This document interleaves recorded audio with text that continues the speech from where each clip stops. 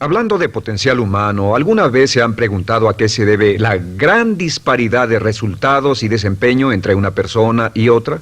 Una persona que percibe $250,000 anuales no es 10 veces más astuta ni mejor que una persona que percibe $25,000 anuales. ¿Por qué la diferencia de 10 veces sus ingresos? Y si tomamos a una persona que percibe $2,5 millones al año, ¿será esa persona 100 veces mejor, más astuta que la persona que gana $250,000? Imposible. En un estudio reciente de coeficiente intelectual probaron a 1,000 personas de una cierta población y llegaron a la conclusión de que la mejor persona entre los 1,000 solo era 2,5 veces más astuta que la persona de menor coeficiente intelectual. Solo 2,5 veces la disparidad, y tal vez eso sea con toda la población. ¿A qué supone que se debe la diferencia? Al hablar de potencial humano, llegamos a una fórmula que deduje hace algunos años. Tal vez eso lo explique un poco. La fórmula comienza con lo que llamamos AI. O sea, atributos innatos, las cualidades, la inteligencia, la habilidad, el temperamento, cosas con las que se nace que no pueden cambiarse mucho. Además de los atributos adquiridos. Estos atributos son muy importantes, son su educación, su capacitación, sus capacidades, su experiencia, conocimiento, sabiduría, etc., multiplicado por A, que es su actitud, es igual al potencial humano individual o al desempeño humano individual o resultados individuales humanos. Ahora, de estos tres, los atributos innatos se traen desde el nacimiento. Los adquiridos pueden cambiarse, pero se necesita cierto tiempo para ello, aunque a veces cambiamos muy rápidamente. Cierta información valiosa puede cambiar dramáticamente su eficacia, pero las actitudes pueden aumentarse o disminuirse dramáticamente en segundos. Cada vez que mejoramos nuestra actitud, multiplicamos todas nuestras capacidades. Una actitud ha sido llamada acertadamente el lenguaje más importante del ser humano, la palabra más importante del idioma en el humano. Todo lo que hacemos en la vida, según un estudio en Harvard entre estudiantes ejecutivos, será en un 85% de actitudes.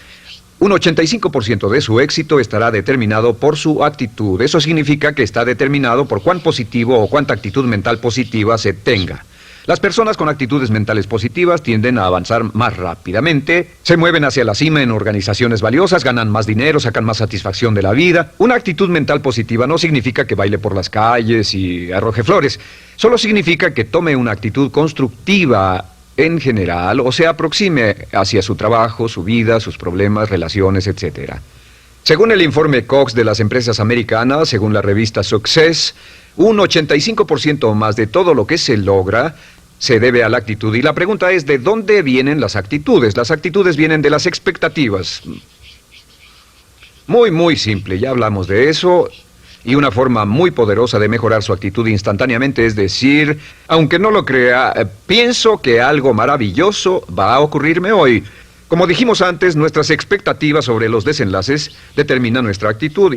Si espera que las cosas salgan bien, tendrá una actitud positiva. Si espera que salgan mal, tendrá una actitud negativa.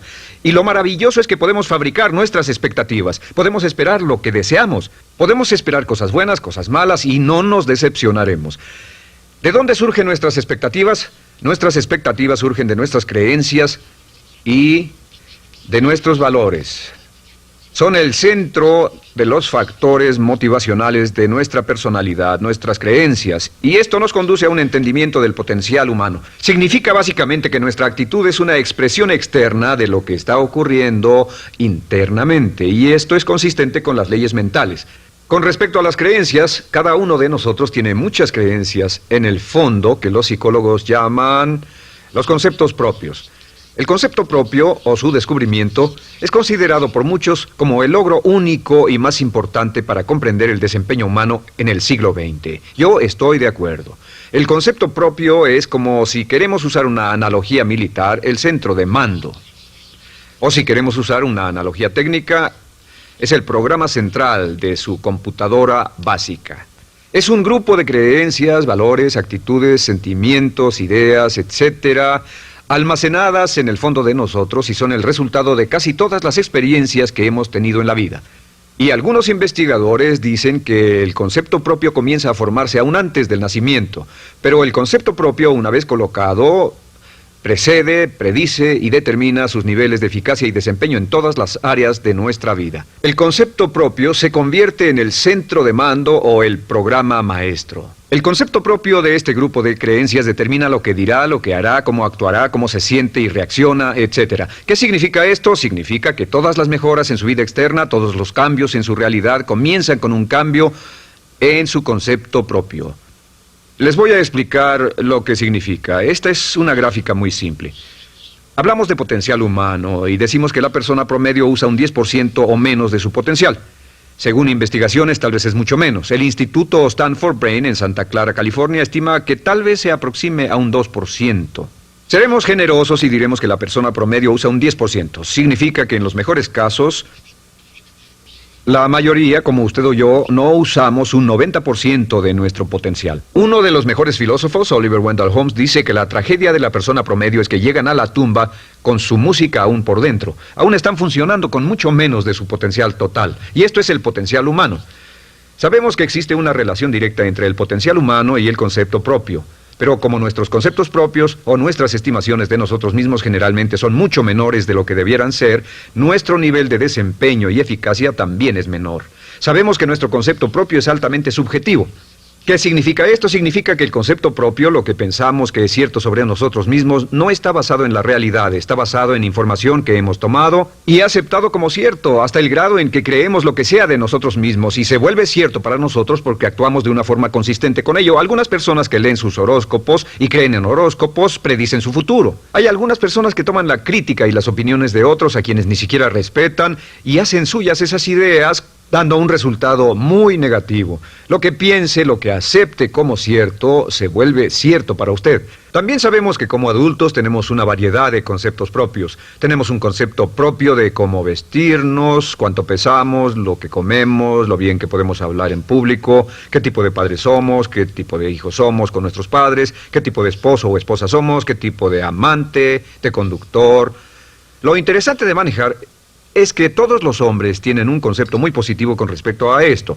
Las mujeres no entienden esto, pero los hombres nacen con un genio inherente para manejar. Todos los hombres son choferes excelentes. Si no lo creen, todo lo que tienen que hacer las mujeres que están viendo esto es pensar en la última vez que trataron de corregir la forma de conducir de un hombre y recordarán que no obtuvieron buenas respuestas. ¿Cómo respondemos ante alguien que desafía nuestro concepto propio, sugiriendo que no somos las personas que pensamos ser? Estamos a la defensiva, nos enfadamos, nos irritamos, es difícil que nos traten. Tenemos un concepto propio de lo creativos que somos, lo inteligentes, lo rápido que leemos, lo bueno que somos en los deportes, y si practicamos una gran variedad de ellos, tenemos un concepto propio para cada uno de ellos. Tenemos un concepto propio de lo bien que cocinamos, de lo bien que educamos a nuestros hijos, de lo bien que limpiamos nuestra casa, los autos que manejamos, etc. Y también de lo que valemos por lo que ganamos. Es muy interesante saber que nunca ganamos más del 10% de nuestro concepto propio en ingresos. Nuestro concepto propio determina nuestro nivel de ingresos. Este nivel de concepto propio se llama zona de confort. Y aunque querramos más dinero, veremos que la tendencia humana natural de todas las actitudes es luchar por lograr entrar a la zona de confort y luego quedarnos ahí. Si ganamos un 10% por encima de nuestro concepto propio de ingresos, tendremos una necesidad imperante de deshacernos de ese dinero. Lo donaremos, lo gastaremos en forma extravagante y hasta lo perderemos si recibimos demasiado. Las personas que ganan la lotería siempre están quebradas a los 2 o 3 años. Queman el dinero porque ese dinero está más allá de su concepto propio. Si gana 10% o menos de su nivel de concepto propio, se descubrirá luchando, trabajará más duro, más tiempo, pensará en forma más creativa, buscará diferentes formas para aumentar sus ingresos o sus segundos ingresos. La única forma de mejorar cualquier parte de su vida, incluyendo sus ingresos, es aumentando el nivel del concepto propio de sus ingresos, comenzando a pensar en usted como si estuviera ganando más dinero. Si quiere bajar de peso, la única forma en que podrá lograrlo es pensando en que está delgado. Piense en usted mismo como una persona más delgada. Si quiere volverse una persona más popular, más amorosa, más feliz o más sana, comience a pensar una y otra vez en esas cosas hasta que se vuelvan parte de su nuevo concepto propio. Hablaremos de eso más adelante. Es una parte esencial de la programación de su mente hacia el éxito. Su concepto propio global está determinado por el promedio de sus conceptos propios en las áreas que considere importantes. Ahora, su concepto propio está formado de 3 partes críticas. La primera parte del concepto propio es el ideal propio. El ideal propio es la persona que más desearía ser, es su idea de lo que constituye un ganador, es su visión ideal de lo mejor que puede ser usted. Nada más, una de las cosas que sabemos de las personas con éxito es que las personas con éxito tienen ideales propios muy claros, ideales claros de quién quieren ser en el futuro. Las que no tienen éxito tienen ideales muy vagos. El número 2 es la autoimagen. La autoimagen es como un retrato de cómo se ve a sí mismo y lo que piensa de sí mismo.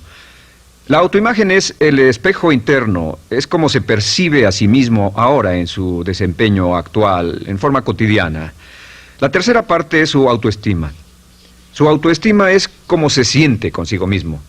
Cómo se siente consigo mismo es la fuerza motriz, el motor, la fuerza poderosa dentro de su subconsciente. Es la fuerza de energía dentro de su concepto propio y determina casi todo lo que le pasa. La mejor definición de autoestima es cuánto se agrada a sí mismo. Cuánto se agrada a sí mismo como esposo, cuánto se agrada a sí mismo como empleado, cuánto se agrada a sí mismo como jefe, como inversionista, como orador profesional, como atleta, etcétera. Según se agrade a sí mismo, su nivel de autoestima, su sentimiento emocional global respecto a cualquier área de su vida, determina su desempeño y su eficacia en dicha área.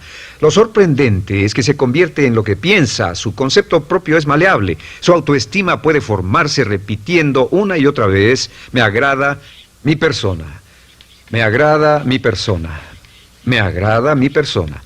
Me agrada mi persona, me agrada mi persona, me agrada mi persona. Entre más se repita, me agrada mi persona, me agrada mi persona, entre más lo repita una y otra vez, más crecerá su autoestima y entre más crezca su autoestima, más crecerá su concepto propio global. Cuando crezca su concepto propio global, su desempeño será mejor en todo lo demás que emprenda. Cada vez que diga, me agrada mi persona, me agrada mi persona, me agrada mi persona, me agrada mi persona, me agrada, será como bombearse psicológicamente. Todo lo que pase que haga que su autoestima suba, hará que se comporte mejor. Todo lo que haga que su autoestima baje, hará que se comporte peor, que cometa errores, que sea infeliz, etcétera. Un punto crítico de agradarse a sí mismo, sobre autoestima y agradarse a sí mismo, es que, número 1, nunca puede querer a nadie más de lo que se quiere a sí mismo. Que su nivel de autoestima es determinante de la calidad de relaciones que tenga con los demás. Y número 2, es que nunca puede esperar que nadie más lo quiera o respete más de lo que se respeta a sí mismo. Cuanto se agrade o se respete a sí mismo, determina sus actitudes hacia usted. Todas las escuelas de psicología actualmente están de acuerdo en el hecho de que depende de lo que usted realmente se quiera y se respete a sí mismo como un ser humano valioso e importante, tiene efecto sobre todo lo que le pase. Cuánto se agrade a sí mismo, y lo que puede hacer es mejorar su autoestima diciendo me agrada mi persona, me agrada mi persona, me agrada mi persona, me agrada mi persona. Y esto nos lleva a la pregunta, ¿de dónde viene el concepto de autoestima? Y descubrimos que el concepto propio es maleable, puesto que no nace con este concepto propio, no nace con ninguna idea sobre sí mismo, no nace con autoimagen ni autoestima, nace en cierto modo como potencial propio. Es la mejor forma de plantearlo. La persona promedio llega al mundo como potencial puro. Y no tiene el concepto propio de que todo lo que es ahora, todo sentimiento que tiene, toda actitud o valor, tuvo que aprenderlo en el transcurso de su vida. También sabemos que el niño llega al mundo con una necesidad imperante de amor y contacto. Y como una gran cantidad de investigaciones lo indican, necesitamos mucho amor y contacto durante toda nuestra vida, pero en especial durante nuestros años de formación, porque de niños aprendemos quiénes somos, cuánto valemos, si somos importantes, inteligentes, amorosos, chistosos. Todo esto lo aprendemos por la forma en que nuestros padres nos tratan. Si nuestros padres, nuestros parientes, tíos o tías, en especial nuestros padres, nos tratan como si fuéramos realmente importantes, crecemos pensando que somos realmente importantes, pero si nuestros padres no lo hacen, pasa algo más. Sabemos que los primeros años de vida son los más importantes para el desarrollo del concepto propio, que un niño comienza a partir de cero. El niño nace sin saber quién es él o ella. Son sumamente valiosos el primero, segundo, tercero, cuarto y quinto años de vida. Algunos psicólogos pensaban que eran los 5 primeros años, pero ahora dicen que son los 3 primeros años. En sus 3 primeros años de vida el niño aprende quién es y dicen que si se les da suficiente cantidad y buena calidad de amor en los 3 a 5 primeros años, los prepara usted de por vida. Los coloca en una base sólida de autoestima y confianza en sí mismos, valor e importancia realmente. Existe una relación directa entre la calidad y la cantidad de amor y el desarrollo de una personalidad sana. Entre más amor, amor incondicional, reciba un niño en sus años formativos, más fuerte será la base de su personalidad. El reverso de la educación es que casi todos los problemas de psicosis, neurosis, perturbaciones de la personalidad y problemas de comportamiento surgen de los problemas que se tengan con el concepto propio. Ahora observemos a los adultos. Aquí está nuestra personalidad adulta. Si nos observamos, podemos llegar a reparar nuestras bases, por así decirlo, repitiéndonos una y otra vez: me agrada mi persona, me agrada mi persona, me agrada mi persona, y llevamos ese concreto reparador hacia la base de nuestra personalidad. Los niños necesitan el amor como las rosas necesitan la lluvia. Los niños que carecen de amor a menudo mueren por escasez de amor. Es una enfermedad llamada marisma. Ahora, ¿qué más sabemos sobre los niños? Sabemos que los niños llegan al mundo con dos atributos notables. El primero es que no sienten temor. Los niños nacen sin temores. No temen a nada excepto a caerse y a los ruidos fuertes. Y esto se expresa en sus actitudes: yo puedo.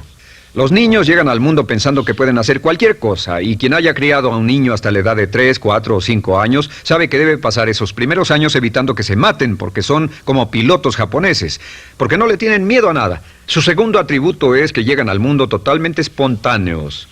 Dicen lo que quieren, hacen lo que quieren, son totalmente desinhibidos.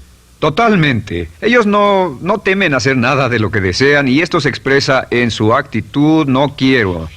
No tengo que hacerlo. Si ha tratado de controlar a un niño, lo habrá visto. Lo primero que dicen cuando comienza a darle órdenes, lo primero que aprenden es: no tengo que hacerlo.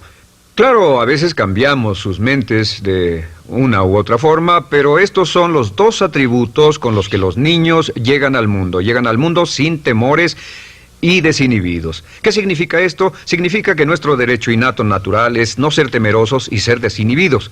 Y solo cuando podemos crear la misma situación en nuestra vida adulta, cuando no tememos y somos desinhibidos, nos sentimos a gusto con nosotros mismos. Las mejores organizaciones, las mejores compañías son las que crean un ambiente donde nos sentimos sin temores y sin reservas para ser nosotros mismos y para hacer lo mejor de nosotros. Al crecer descubrimos que los niños aprenden de dos maneras. La primera es por imitación. Imitan a uno o a ambos padres, en especial al padre dominante.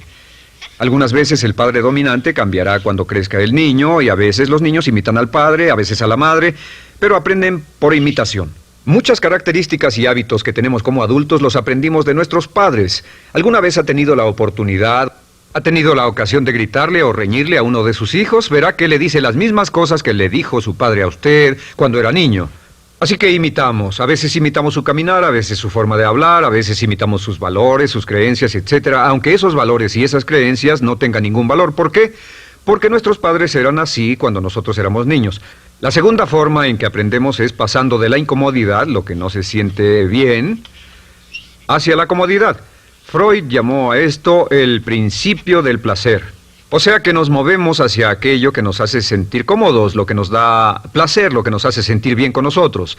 Nos movemos de la incomodidad hacia la comodidad. Así es como aprendemos a no mojar el pañal, por ejemplo. Sabemos que no es agradable caminar con popó o pipí en nuestros pañales. Vemos lo que hacen nuestros padres, vemos lo que nuestros parientes hacen y decimos: estas personas no hacen lo que yo. Así aprendemos a caminar y lo demás. Así que de la incomodidad hacia la comodidad. Durante toda nuestra vida, por cierto, así es como aprendemos. Imitamos leyendo lo que otras personas hacen, estudiando libros y en el trabajo, imitamos cuando vamos a la escuela, y hacemos lo que nos da resultados positivos, lo que nos da refuerzos positivos, y hacemos cada vez menos las cosas que nos causan incomodidad o dolor. Ahora, muy temprano en la vida, como equivocación o como resultado de una equivocación que los padres cometen en la crianza, los niños comienzan a aprender hábitos y patrones negativos. Los patrones y hábitos negativos tienen sus raíces principalmente en la crítica destructiva. La crítica destructiva comienza muy temprano en la vida, a veces en los primeros meses. Y la crítica destructiva la usan los padres para dirigir y controlar a sus hijos. Desafortunadamente, tiene un efecto muy peligroso y dañino sobre nosotros, ya que la crítica destructiva tiende a minar la integridad de la personalidad del niño. Muchos de nosotros, incluyéndome a mí y a muchos de ustedes, nos hemos visto minados y heridos por la crítica destructiva más que todas las guerras en la historia. Ahora, como resultado de la crítica destructiva, comenzamos a desarrollar hábitos y patrones negativos. Los patrones de hábitos negativos son respuestas condicionadas hacia los estímulos. Los patrones de hábitos negativos se desarrollan en los inicios de la vida. Se desarrollan como resultado de una repetición del temor y el dolor una y otra vez. Se desarrollan como resultado de la crítica destructiva, el castigo físico, etc. En los inicios de la vida comenzamos a desarrollar dos manifestaciones que nos persiguen durante toda nuestra vida y más que ninguna otra cosa inhiben nuestro potencial. La primera es la llamada patrón de hábito negativo inhibido. El patrón de hábito negativo inhibido se aprende cuando al niño le dicen una y otra vez no. Aléjate de ahí, no toques eso, y se le castiga. Cuando el niño intenta algo nuevo, o se involucra con algo, o huele algo, o derrama algo, o rompe algo accidentalmente, el padre estalla y se enfada mucho. Como ven, el niño está impulsado por la curiosidad insaciable de explorar su mundo. Y lo que pasa es que cuando lo explora o se interesa y echa a perder algo, si el padre reacciona golpeando al niño, el niño comienza a pensar cada vez que intento algo nuevo, cada vez que intento algo diferente, cada vez que voy más allá de mis límites, cada vez que me salgo de mi zona de comodidad, cada vez que no juego sanamente, me golpean, me castigan, me lastiman, me envían a mi alcoba y me siento mal. Y muy pronto el niño desarrolla el sentimiento de no puedo, no puedo. No puedo. Cada vez que trato algo diferente, me castigan. No puedo, no puedo, no puedo. Es como la respuesta de Pavlov. Pavlov sonaba la campana y le daba de comer a un perro, y el perro salivaba, y Pavlov alimentaba al perro. Mientras sonaba la campana, el perro salivaba y siguió haciendo eso, y después Pavlov solo sonaba la campana y el perro salivaba. Lo que pasa en la vida adulta es que esto crea lo que llamamos temor al fracaso. El temor al fracaso es una respuesta condicionada a un proceso de crítica destructiva que ocurre en los primeros 5 o 6 años de la vida. El temor al fracaso automáticamente nos activa, nos sentimos ansiosos, tensos, intranquilos, sentimos presiones y estrés en nuestro plexo solar, sentimos ganas de retirarnos del evento, y el temor al fracaso es la razón principal por los fracasos en la vida adulta. Es la razón principal por la que evitamos cumplir plenamente nuestro potencial. De hecho, todos los patrones de hábitos negativos se experimentan en el cuerpo físico. Puedes saber cuál es un patrón de hábito negativo porque se siente en el cuerpo físico, precisamente. El patrón de hábito negativo inhibido, el temor al fracaso, el no puedo, ocurre primero que todo en el plexo solar. ¿Ha tenido la ocasión donde debe hablar frente a un grupo, debe ir a una revisión de su desempeño, debe hacer una llamada determinante? Primero su plexo solar se aprieta. Si el temor continúa, su respiración se acelera. Su corazón comienza a latir apresuradamente, su frecuencia respiratoria aumenta y le duele la cabeza como migraña en la parte frontal, su garganta se le cierra y no puede hablar y se le seca la boca por completo, y como se pone tan tenso y asustado, va corriendo al baño. Estas son todas las manifestaciones. No hay peligro físico, pero sí peligro psicológico, una respuesta condicionada. Cuando sentimos estas cosas, la tendencia es retirarse de la situación que las ocasiona, y es la razón por la que no logramos mucho si retrocedemos. Es muy importante. El segundo patrón de hábitos negativos es el compulsivo. El patrón de hábito negativo compulsivo se aprende cuando a los niños se les dice una y otra vez: más vale que lo hagas. Si no lo haces, tendrás problemas o me las pagarás. A los niños se les convierte en recipientes del amor condicionado.